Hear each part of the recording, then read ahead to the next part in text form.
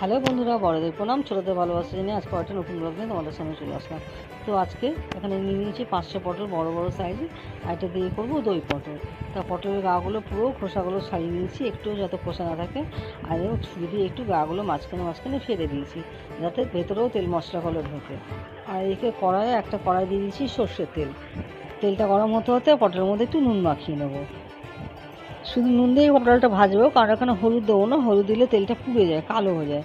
তো তার জন্য একটু নুন দিয়ে পটলগুলো ভালো করে ভেজে নেবো। তো তেলটা আমার গরম হয়ে গেছে, এখন একে একে সমস্ত পটল দিয়ে দেবো। আর পটলগুলো সুন্দর করে ভেজে নেবো, যেন ভাজতে ভাজতে পটলটা সেদ্ধ হয়ে যায়। লাল লাল করে সুন্দর করে ভেজে নেবো।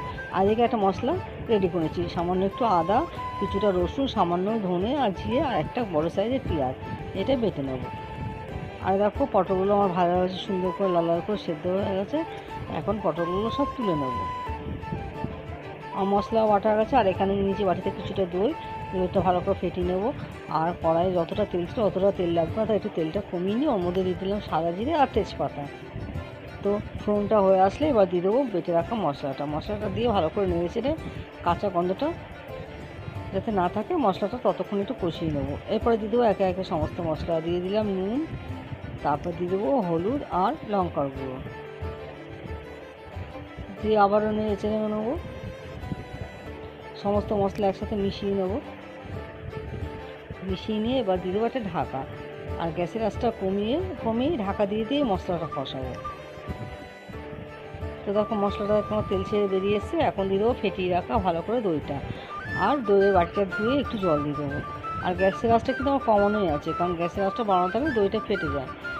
তো তার জন্য ভালো করে আবার সমস্ত মশলা মিশিয়ে নিয়ে আবারও দিয়ে দেবো ঢাকা। পুরো মশলাটা গ্যাসের আঁচটা কমিয়ে ঢাকা দিয়ে দিই কষাবো মশলাটা। আর দিয়ে দিলাম সামান্য মিষ্টি, কারণ যেহেতু এখন টক দই দিয়েছি। আর টক দই দিয়েছি বলে এখানে কিন্তু আমি টমেটো ইউজ করি, তাহলে বেশিই টক হয়ে যাবে। দিয়ে নেড়ে চেড়ে নিয়ে আবারও দিয়ে দিলাম ঢাকা। তো দেখো মশলাটা আমার কষা হয়ে গেছে, তেল ছেড়ে বেরিয়ে এসছে। এখন দিয়ে দেবো আগে থেকে ভেজে রাখা পটলগুলো। আর সমস্ত মশলার সঙ্গে ভালো করে পটলটা মিশিয়ে নিয়ে এবারে দেবো সামান্য জলটা না দিলেও হতো, কিন্তু দিলাম তবুও।